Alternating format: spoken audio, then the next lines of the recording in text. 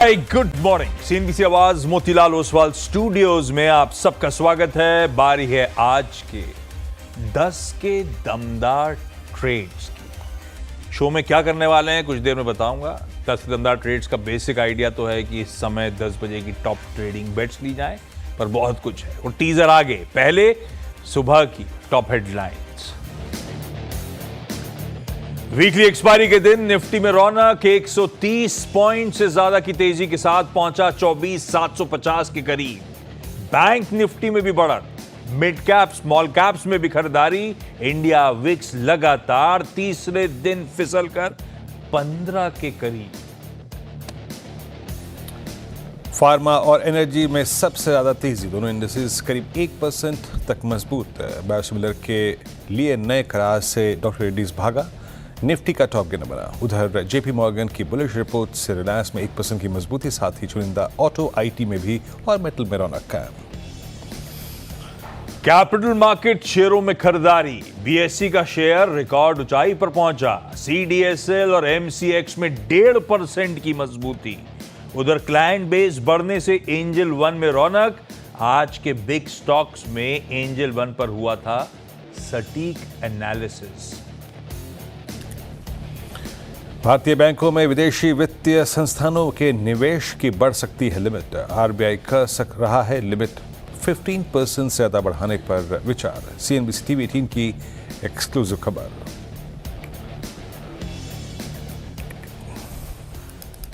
चलिए, थर्सडे का दिन है।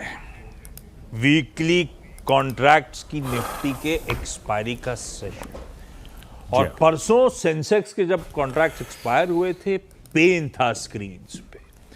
उसके बाद कल मॉडेस्ट से गेन्स थे। दिन भर स्क्रीन्स पे कंसोलिडेशन का बैंड था, लेकिन हायर लेवल्स पे जाके क्लोज होने में कम से कम सक्सेसफुल रहे। 1/3% उछाल था। आज शुरुआत में फ्लैट थे स्क्रीन्स पे, लेकिन धीरे धीरे मोमेंटम पिकअप हुआ और डेज हाईज के इर्द गिर्द अब निफ्टी 0.5% मजबूती के साथ कामकाज करता हुआ नजर आएगा। और इंटरनल्स में हाईलाइट थी फार्मास्यूटिकल्स। आज बाजार खुलते ही दिखा था फार्मा, डॉक्टर रेड्डी, सिप्ला सब मजबूती के साथ ट्रेड कर रहे थे। फार्मा ऑफ डेज हाइज कई सारे स्टॉक्स हो सकते हैं, लेकिन अपने आप में इंडेक्स 1% मजबूत। फार्मा के साथ हेल्थ केयर, अगर आप सुबह से जुड़े हो तो कई सारे हॉस्पिटल स्टॉक्स ऑलरेडी डिस्कस हो रहे हैं। तो फार्मा और हेल्थ केयर अच्छा कर रही है पॉकेट।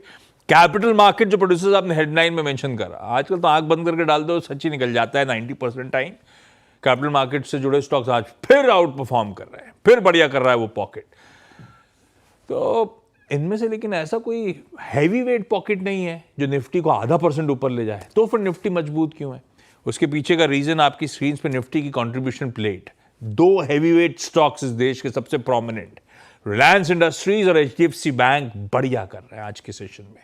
जोड़ दिए उसमें आईसीसी बैंक वगैरह का तड़का, लेकिन वो दोनों प्रोमिनेंट स्टॉक्स जो आज के सेशन में बेहतर करते हो और जिसके दम पर निफ्टी 135 पॉइंट्स की मजबूती के साथ इस समय ट्रेड कर रहा है। और वीरू, सुबह जो चर्चा हुई थी उसमें अपना क्रूशियल जोन था वो 709 तक का थ्रेशोल्ड रेजिस्टेंस 1, उसके ऊपर आके कंफर्टेबली ट्रेड कर रहा है। अब अभी थोड़ी देर पहले बात हो रही थी, ये आ गया बड़ा क्रूशियल से समय 10 सवा 10 बजे के आसपास का। क्या वॉच कर रहे हो आप? कैसा लग रहा है अब तक का टेक्सचर स्क्रीन्स का? क्योंकि आज एक्सपायरी है, एग्रेसिव शॉर्ट पोजीशनिंग बाजार में बनी हुई है। क्या एक गट फीलिंग कहती है या स्क्रीन पर डेटा कह रहा है कि शायद एक्सपायरी आज के समीकरण सेट बढ़िया बैठ रहे हैं आगे के लिए? जय आशीष, देखिए अभी तक की थीम है शॉर्ट कवरिंग। मैं सिर्फ आपको डेरिवेटिव का फर्स्ट गेनर दिखाता हूँ। इटरनल है ना, कितने शेयर कम हुए? 4 करोड़ शेयर कम हुए। आप रिलायंस के ओआई को देखिए, आप एचडीएफसी बैंक के ओआई को देखिए, दोनों के ओआई लेके आइएगा। आज के बाजार के चलने के क्रम को तय कर रहे हैं बेयर्स, जो कि बैकफुट पे आज। रिलायंस का आउटस्टैंडिंग ओआई 1.6 लाख शेयर बढ़ा। एक बार जरा एचडीएफसी बैंक लेके आइए। एचडीएफसी बैंक 1950 के थ्रेशोल्ड पॉइंट के ऊपर 1.5 लाख शेयर जुड़े यहाँ पर। तो अच्छी शॉर्ट कवरिंग और एक बाइंग का कॉम्बिनेशन है यहाँ पर। मेरा लेवल था 709, अगर उसके ऊपर टिके तो स्विंग टुवर्ड्स 776 पॉसिबल है। हम 760 तक तो जा चुके हैं आशीष। अगर हम 10:15, 10:20 तक का समय 10:20 क्रिटिकल, अगर वो निकाल गए और हम टिक गए 776 या फिर 813 के ऊपर, तो एक वाइल्ड स्विंग और आएगा, ये एक्सपायरी और अच्छी हो सकती है। और याद रखिएगा, जो मैं टॉप टारगेट रखता हूँ ऑन एक्सपायरी डे, वो होता है थर्ड कॉलाइटस का जोन, यानी 700 से 800, 800 से 900, मतलब 600, 700, 800, 900, तो 871 बेस्ट केस में। But for that you need to cross 776 and 813। तो सेटअप ठीक लग रहा है आशीष। बाकी ये जो फेज़ है ना 10-15, 10 से लेकर 10-30, 10-40 तक का, वो आपको सस्टेन करना पड़ेगा, तभी ये शॉर्ट कवरिंग तूल पकड़ेगी आशीष। ओके, देखते हैं भाई, बहुत दिन हो गए, थोड़ा सा दायरे के बाहर जाएं, थोड़ा दमखम दिखाएं तो मज़ा अलग है। वीरू को भी छुट्टी में जाने से पहले अच्छी फीलिंग आएगी। खैर नहीं, क्या छुट्टी की है, मतलब वो तो बस जाना पड़ रहा है, वरना स्क्रीन पे तो हर आदमी बैठना चाहता है, क्या करें। हाँ, बेचारे बहुत मजबूर हैं। खैर 10 के दमदार ट्रेड लेकर आता हूँ, चारों एक्सपर्ट्स आपकी स्क्रीन पर आएंगे। पिछले शो से मानस, सेठ साहब, सचिन जी कंटिन्यू करते हुए और जुड़ते हुए सलूंखे साहब। सलूंखे साहब, welcome on the show, good morning आपको भी। पहले तो ट्रेंड का स्टॉक लेकर आइएगा। अभी अभी बात ही हो रही थी ट्रेंड के स्टॉक की, मेरे ख्याल से 4 का चौका में मेंशन था। ट्रेंड बढ़िया मूव्स दिखा रहा है। सचिन, अपने टारगेट्स आ गए क्या? आशीष जी, पहला जो टारगेट है 5670 का, वो मीट हो चुका है। बट जैसे मैंने बताया, काफी बड़ी शॉर्ट कवरिंग मूव मुझे लग रहा है यहाँ पर अनफोल्ड हो रही है। तो यहाँ पर स्टॉप लॉस थोड़ा सा ट्रेल करे 5620 अब एक आइडियल लेवल होगा, जिसके नीचे ही मोमेंटम फिजल आउट होगा। एल्स मुझे लग रहा है जो 5805 का लेवल है, आई थिंक वो भी अचीव हो जाना चाहिए। तो यहाँ पर लॉन्ग पोजिशंस बनाने की ही सलाह होगी। 5620 एक फ्रेश स्टॉप लॉस होगा एंड टारगेट 5805 का इंटैक्ट है। लीजिए भाई, अपन दूसरे टारगेट की तरफ अग्रसर। ट्रेंड का अभी अभी क्योंकि चर्चा हुई थी, मैंने कहा शुरुआत उससे कर दी जाए, रिविजिट कर लिया जाए वो बढ़िया सा ट्रेड। सालुंके साहब, क्या हाल है निर्मल बंक के डीलिंग रूम में, ट्रेडिंग डेस्क पे? खूब हल्ला है, खूब माल खरीद रहे हो आप लोग, या ठंडा पड़ा है?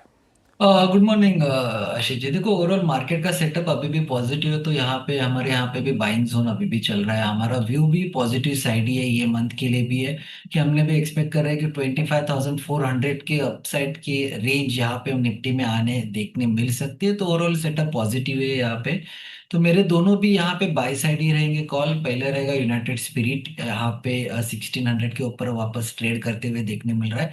मुझे लगता है यहाँ से 1670 का टारगेट देखने मिल सकता है। 1570 का नीचे में स्टॉप लॉस रख के इसको कैरी कर सकते हैं। और यहाँ पे आज इंट्राडे में कल के जो लेवल थे उसको ब्रेक कर चुका है। तो ओवरऑल यहाँ पे सेटअप बहुत पॉजिटिव है। दूसरा मेरा बाय कॉल रहेगा HDFC बैंक, जो आपने भी मेंशन किया हुआ था। वहां पे एक अच्छा ब्रेकआउट देखने मिल रहा है, प्लस वहां से एक अप मूव देखने मिल सकता है जो 2040 के आसपास की रेंज ओपन होते हुए देखने मिल सकते हैं। यहाँ से ऑलमोस्ट 100 पॉइंट के आसपास की रेंज यहाँ पे ओपन होते देखने मिल सकते हैं। HDFC बैंक में तो बहुत स्ट्रॉन्ग यहाँ पे सपोर्ट बन चुका है, और नीचे में 1920 का यहाँ पे स्टॉप लॉस लगाना है। दोनों भी काउंटर मुझे लगता है ये शॉर्ट टर्म में एक अच्छा मूव देखने मिल सकता है, और HDFC बैंक बहुत स्ट्रॉन्ग इंडिकेशन यहाँ पे दिखाते हुए देखने मिल रही है। तो मेरा HDFC दूसरा बाय कॉल रहेगा। बढ़िया है, HDFC बैंक यहाँ से और चल गया तो मजा ही अलग है।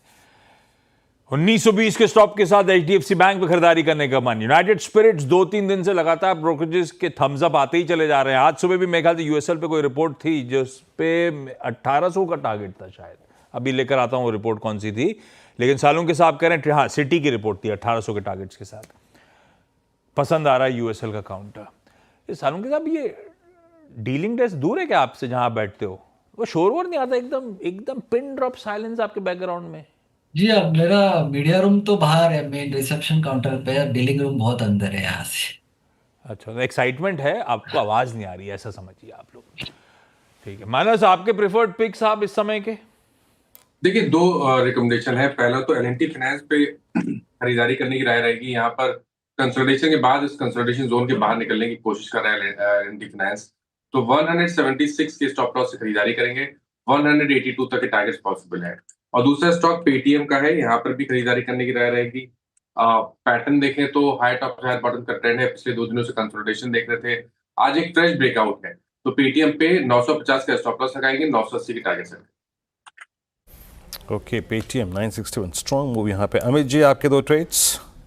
जी वीरेंद्र जी, ग्लेनमार्क फार्मास्यूटिकल पहला ट्रेड रहेगा। यहाँ पे हम एक स्ट्रॉन्ग मूव देख रहे हैं।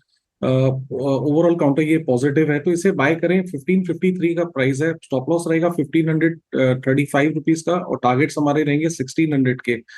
सेकेंड कॉल मेरा मॉर्निंग का रिपीट कॉल ही रहेगा 8 AM का। कंटेनर कॉप यहाँ पे एक अच्छा ब्रेकआउट हम देखा है, बेस काफी अच्छा बनाया है। स्टॉक ने 200 EMA के ऊपर कंसोलिडेट किया था और पिछले 2 दिन से मूव आ रहा है, तो ये कंटिन्यूएशन कॉल रहेगा। Stop loss 790, targets 850। ओके, आपके 2 ट्रेड्स ये हो गए। अब चलते हैं सचिन जी के पास। सचिन जी, आपके 2 ट्रेड्स।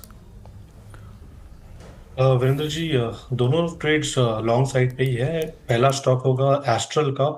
एक बुलिश फ्लैग कंटिन्यूएशन पैटर्न है। ब्रेकआउट लेवल अराउंड 1520 के आसपास था, वो इसने कल ही पार कर दिया था। एंड जिस तरीके से डेटा है, मुझे लग रहा है अपने 200 डे एक्सपोनेंशियल एवरेज की और ये चाल कंटिन्यू होनी चाहिए। सो 1578 के टारगेट के लिए अभी भी यहाँ पर लॉन्ग पोजीशंस बनाने की सलाह होगी। 1518 पे लगाना है आपको stop loss on closing basis. Disclosure होगा कि हमने हमारे क्लाइंट्स को ये रिकमेंडेशन दी है। जो सेकंड स्ट्रेंथ है वो क्लियरली रिलायंस पे है। मुझे लग रहा है जिस इंटेंसिटी से इसने 1400 के लेवल पर डिफेंड करने के बाद एक ब्रेकआउट एस्टैब्लिश किया है 1420 के ऊपर, तो मुझे लग रहा है 1425 के स्टॉप लॉस के साथ अभी भी यहाँ पर लॉन्ग पोजीशंस चेस करनी चाहिए।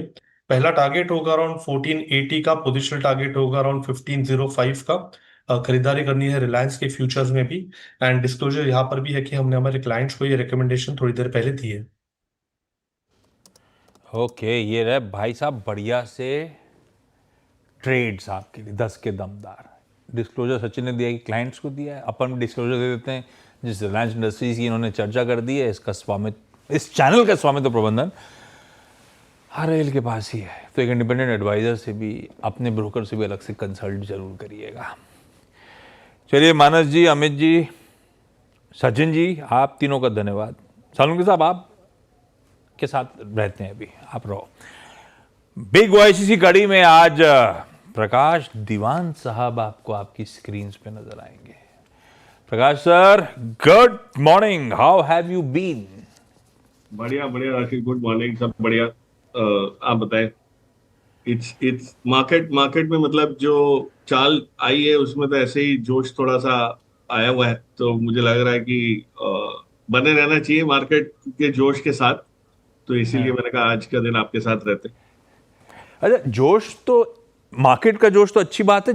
उस मार्केट में भी एक पॉकेट है कैपिटल मार्केट्स वाली, जो गजब जोश में है दीवान सर। अच्छा, जिसके पास नहीं है उसको तो महंगा ही लग रहा है, पर वो अपने आप में चले ही चले जा रहे हैं, आए दिन चलते चले जा रहे हैं। तो अब सही में साइलेंट में जो बैठे सबको बहुत महंगा दिखता है, पर वो साइलेंट में बैठे हुए नहीं, ऐसा सवाल उठाते हैं।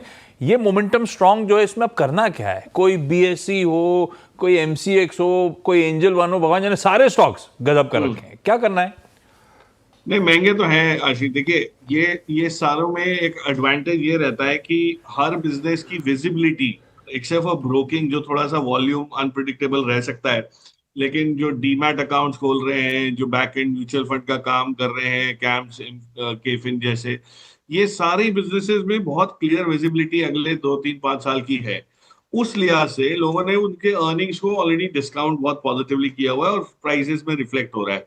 तो यहाँ पे लेना कब है? जब कोई टैरिफ वॉर होती है और कहीं कटौती मिलती है, मार्केट का मूड कोई और कारण से नीचे आ जाता है, तब ये आपको अच्छे भाव पे मिलते हैं, तब लेने। और देखिए, इसमें थोड़ा सा न्यूज फ्लो के हिसाब से भी चलता है। NSDL का IPO आने की उम्मीद बन रही है, उस लिहाज से CDSL में थोड़ी सी रंगत आई।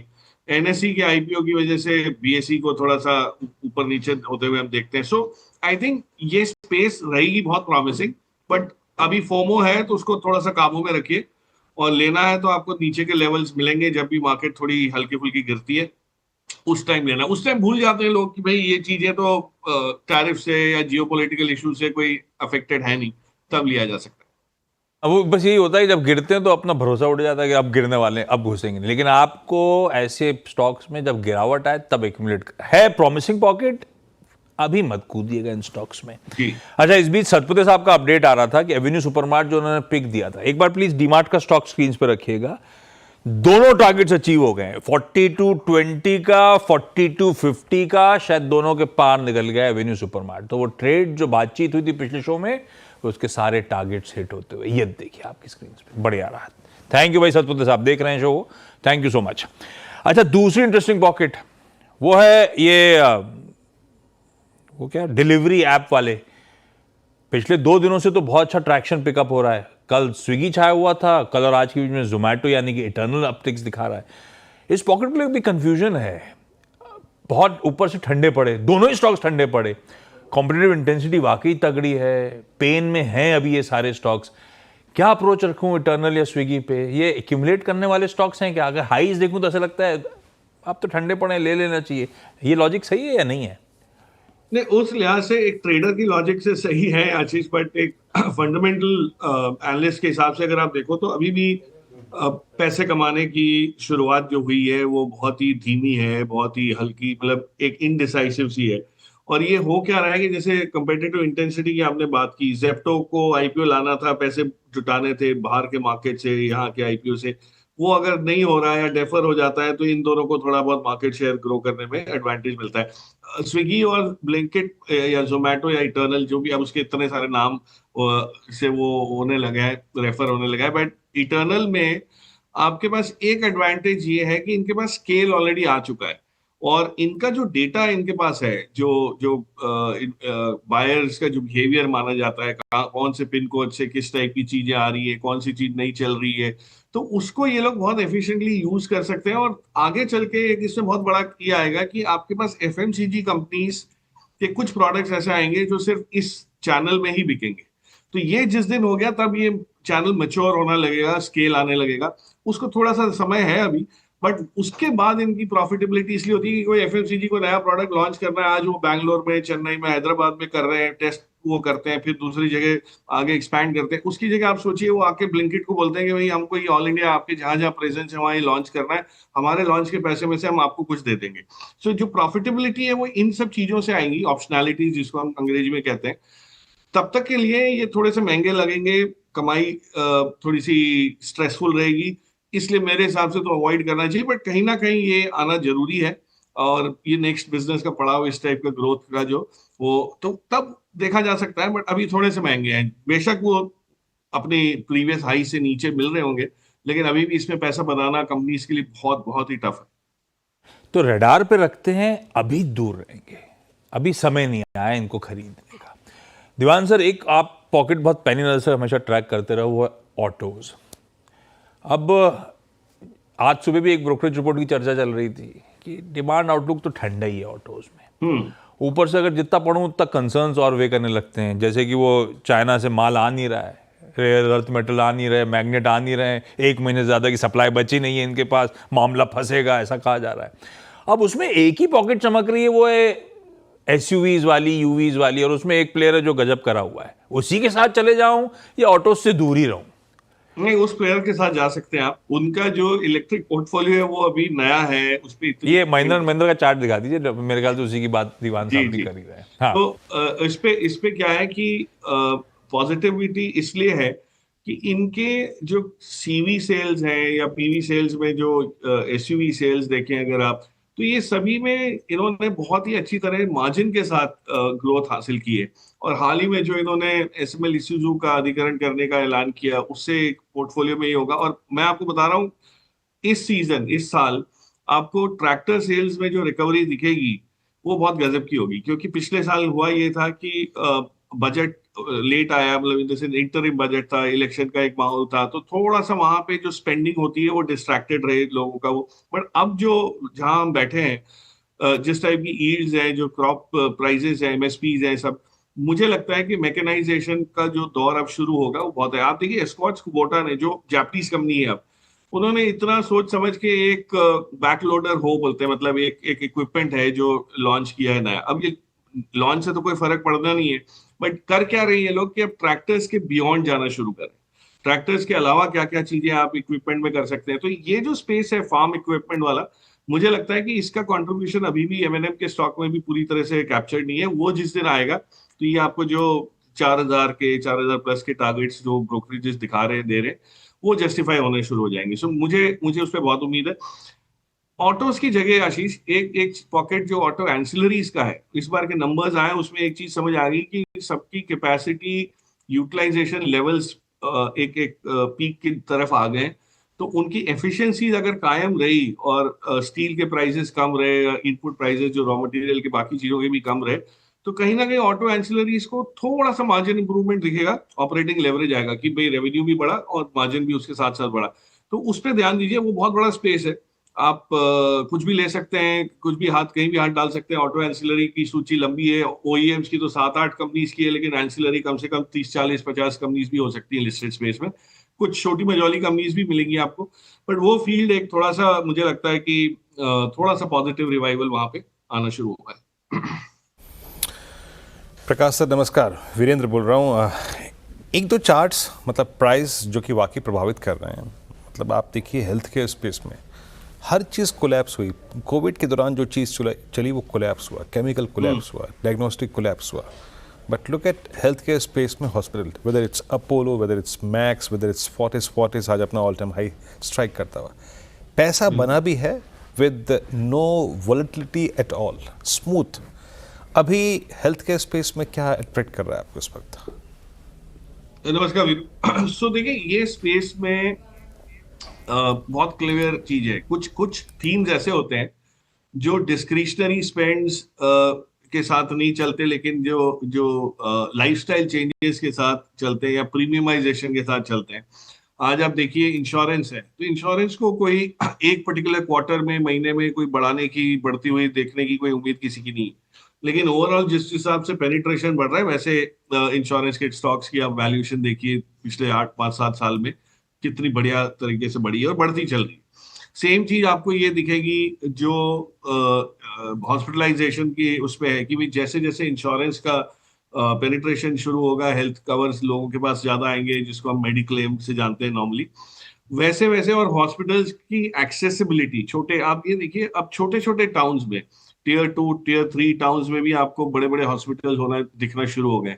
तो मुझे लगता है कि इसमें जो स्पेस है ये काफी वाइड हो गई है, और आप इसके अंदर अच्छे प्लेयर्स ढूंढ निकालें जो जिनका थोड़ा सा बिजनेस मॉडल डिफाइंड अच्छी तरह हो, और जो बाकी के मार्केट से थोड़ा सा ग्रो जल्दी कर सके, एफिशिएंसी ला सके, वहां पे होगा। बड़े दिग्गज प्लेयर्स में बहुत ज्यादा जगह है नहीं, बट एक प्लेयर जो मुझे हमेशा, मैंने ये नाम जिक्र भी पहले भी किया है, वो है नारायण रुदाले, एनएच। इनका जो मॉडल है, यूटिलाइजेशन लेवल्स देखें अगर आप, इनकी जो प्राइसिंग देखें, उसको इन्होंने बहुत अच्छी तरह यूज किया है, और जो जो एक्सपेंशन इन्होंने की है वहां बहुत जल्द इन्होंने अपने ब्रेक इवन पॉइंट से पार होने की क्षमता दिखाई है।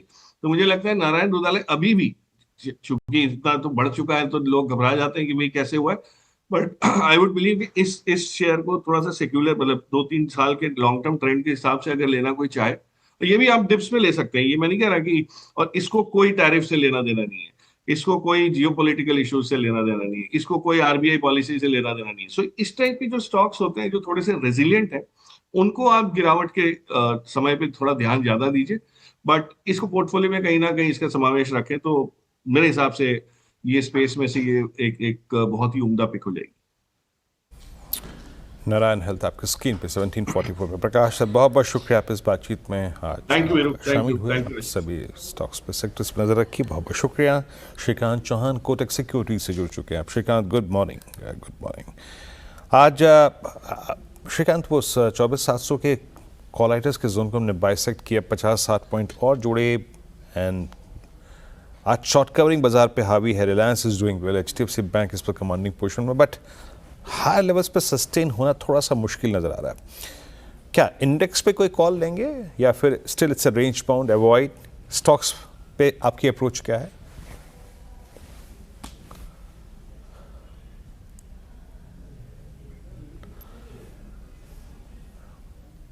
श्रीकांत जी, आपका व्यू बहुत अच्छा है, शानदार है, लेकिन हमें सुनाई नहीं दे रहा है। Extremely sorry. कोई नहीं, बड़े बड़े शहरों में छोटी छोटी बातें होती रहती हैं, है ना? होती रहती है, लेकिन ये बार बार होनी भी अच्छी नहीं है। सो एनीवे, वैसे देखिए वीरेंद्र, हाँ यस, ये भी बात सही है, रोज रोज नहीं होनी चाहिए। हाँ, रोज रोज नहीं होनी चाहिए।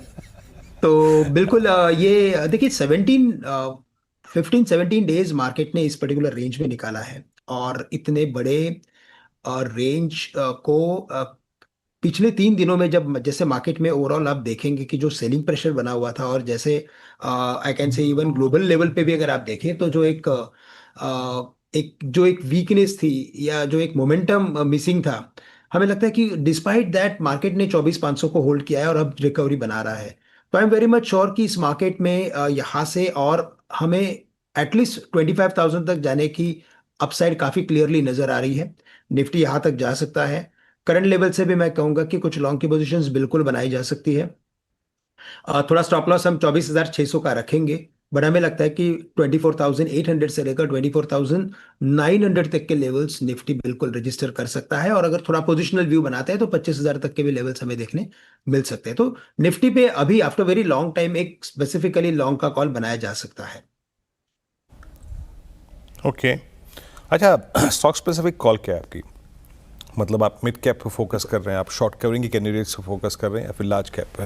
थीम क्या रखी है आपने स्टॉक्स को चेज करने की इस वक्त? तो देखिए बिल्कुल मुझे लगता है कि मिड कैप स्टॉक्स में ही ध्यान रखना चाहिए, वहां पे ही मोमेंटम ज्यादा नजर आ रहा है। और जब भी मार्केट एक रेंज के अंदर फॉर अ लॉन्गर टाइम जाता है ना, तब हमने देखा है कि मिड कैप स्टॉक्स में अच्छी तेजी बनती है। तो स्टॉक स्पेसिफिक एक्टिविटी आती रहती है। प्लस अगर आप देखिए तो कल के दिन में after very long time India VIX भी 17-18 के आसपास जो ट्रेड कर रहा था वो 15 के आसपास आ गया है। तो थोड़ा कंफर्ट लेवल मार्केट में बढ़ गया है। करंट लेवल से मैं देखूँ तो मुझे लगता है कि मेटल साइड से या तो मेटल पर्टिकुलर स्पेस में से जीएमडीसी में कुछ लॉन्ग की पोजीशंस बनाई जा सकती है।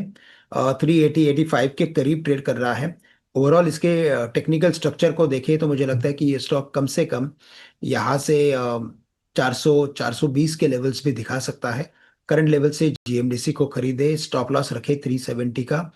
और साथ ही साथ मुझे लगता है कि डीबी रियल्टी ये एक stock after very long time breakout में आया हुआ है। अपने 200 के लेवल्स को काफी अच्छी तरीके से इसने क्रॉस किया है, but at the same time current levels indicate कर रहे हैं कि ये स्टॉक 240-45 तक भी जा सकता है। तो एक डीबी रियल्टी में भी लॉन्ग की पोजीशंस या खरीदारी की पोजीशंस बनाई जा सकती है। स्टॉप लॉस हम यहाँ पे रखेंगे एट 205। वहाँ पे 10 दिन के एवरेज का इसका सपोर्ट भी है इसमें। तो करंट लेवल से डीबी रियल्टी के साथ साथ जीएमडीसी को खरीदने की राय रहेगी। ओके चलिए श्रीकांत, बहुत बहुत शुक्रिया इस छोटी सी बातचीत के लिए, और बातचीत पे इंडेक्स पर स्टॉक्स पर अपना व्यू शेयर करने के लिए। एक स्टॉक लेके आई स्कोफोज। मैं बात कर रहा था कि आज शॉर्ट कवरिंग के कैंडिडेट्स कौन कौन से हैं, कॉल राइटर्स के जोन को बाइसेक्ट कौन कौन रहा है। Look at SRF now, it's 3112 seems मतलब yes all time high trajectory, all time high trajectory for SRF, अपने करियर के हाईएस्ट क्लस्टर पर ट्रेड करता हुआ। तो केमिकल एक स्ट्रॉन्ग थीम बन के उभरी है, both I think SRF and Tata chemicals at day high. Vikas, आपका टेक केमिकल बास्केट में इन दोनों स्क्रिप्ट्स पर? देखो टाटा केमिकल मैंने लास्ट वीक में भी अपने शो पे मेंशन किया था। वहां पे मुझे अभी भी लगता है कि एक अच्छा आपको देखने मिल सकता है। ऊपर में जो इम्पोर्टेंट रेंज देखने मिलेगी 940 के आसपास है।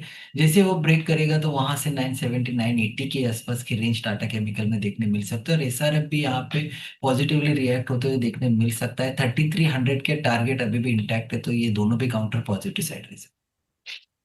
चलिए विकास, बहुत बहुत शुक्रिया इस कार्यक्रम में शामिल होने के लिए, सभी स्टॉक्स और इंडस्ट्रीज पर रखने के लिए। निफ्टी अप बट बहुत स्ट्रॉन्ग नहीं है, हालांकि थ्रेशहोल्ड पॉइंट के ऊपर अभी भी ट्रेड कर रहा है। खैर, इस एक्सपायरी के दिन या फिर आपके निवेश या फिर आपकी कुछ ट्रेडिंग कॉल्स पर अगर आपकी कोई समस्या है, प्रश्न है, तो ज़रूर पूछिए। एक छोटे से ब्रेक के बाद कंचना आपके साथ होंगी और साथ ही साथ होंगे राजेश सतपुते, टेक्निकल एनालिस्ट, आपके प्रश्नों का जवाब देने के लिए ट्रेडर्स हॉटलाइन में। एक ब्रेक के बाद हाजिर होते हैं।